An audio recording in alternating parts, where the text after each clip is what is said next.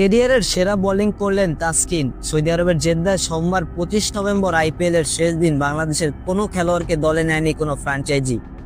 মুস্তাফিজ রিশাদদের নাম নিলামে ওঠানো হলেও তাসকিনের নাম ওঠানো হয়নি। আর সেই তাসকিন সোমবার অ্যান্টিগায় বল হাতে আগুন জ্বালালেন, করলেন টেস্ট ক্যারিয়ারের সেরা বোলিং। অ্যান্টিগায় চলছে ওয়েস্ট ইন্ডিজ ও বাংলাদেশের মধ্যকার প্রথম টেস্ট। সেখানে দ্বিতীয় ইনিংসে বল হাতে উজ্জ্বল তাসকিন। ক্যারিবীয়দের 152 রানে ধসিয়ে দেওয়ার মূল কারিগর ছিলেন তাসকিন। 64 রান খরচায় নিয়েছেন 6 উইকেট, যা টেস্ট ক্রিকেটে তার সেরা বোলিং ফিগার। এরই সঙ্গে টেস্ট ক্রিকেটে প্রথমবারের মতো 5 উইকেট শিকার করলেন তাসকিন। আর টেস্টে 6 উইকেট নেওয়া বাংলাদেশের পঞ্চম পেসার তিনি।